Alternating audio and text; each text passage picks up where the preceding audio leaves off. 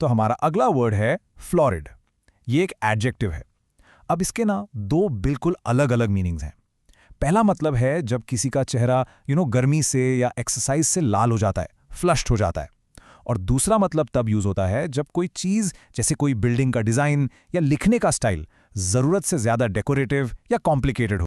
चलिए पहले मीनिंग को एक एग्जाम्पल से समझते हैं। सोच के देखिए, 1 घंटा धूप में दौड़ने के बाद किसी का चेहरा कैसा दिखेगा? बिल्कुल लाल, राइट? बस वही है फ्लोरिड कॉम्प्लेक्शन।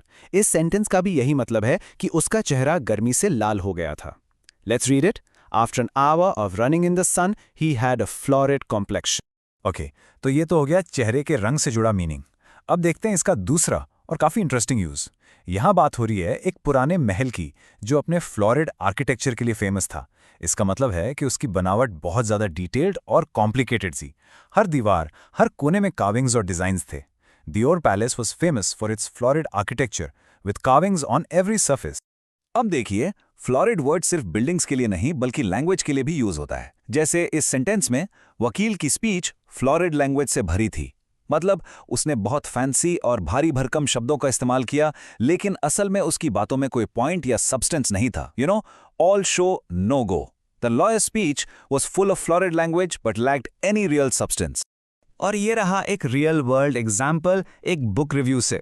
यहाँ क्रिटिक कह रहा है कि ऑथर की नई किताब फ्लोरिड प्रोज का एक थका देने वाला एग्जाम्पल है।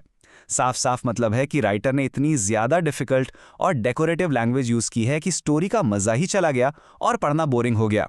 तो यहाँ फ्लोरिड एक नेगेटिव तरीके से यूज हुआ है। The critic describe the author's new book as a tiresome example of florid prose, more style than story.